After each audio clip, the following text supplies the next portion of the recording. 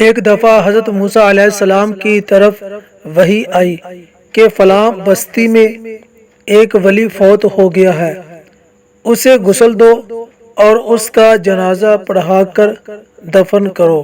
حضرت موسیٰ علیہ السلام اس بستی میں تشریف لے گئے۔ لوگوں نے کہا یہ گناہ گار آدمی تھا۔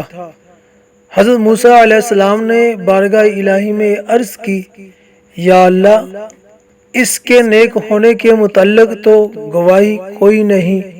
اللہ تعالیٰ نے فرمایا، اے میرے کلیم، بے شک یہ گناہ گار و سیاہ کار تھا، لیکن اس کی ایک بات مجھے پسند آ گئی، لہٰذا میں نے اسے بخش دیا۔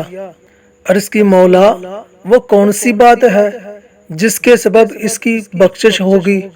فرمایا، یہ ہر روز آسمان کی طرف منہ کر کے کہا کرتا تھا کہ اے میرے رب، تو جانتا ہے اگرچہ میں خود تو نیک نہیں ہوں، مگر میں تیرے نیک بندوں سے محبت کرتا ہوں۔ اللہ تعالی ہمیں اولیاء اللہ کی صحبت اختیار کرنے کی توفیق عطا فرمائے۔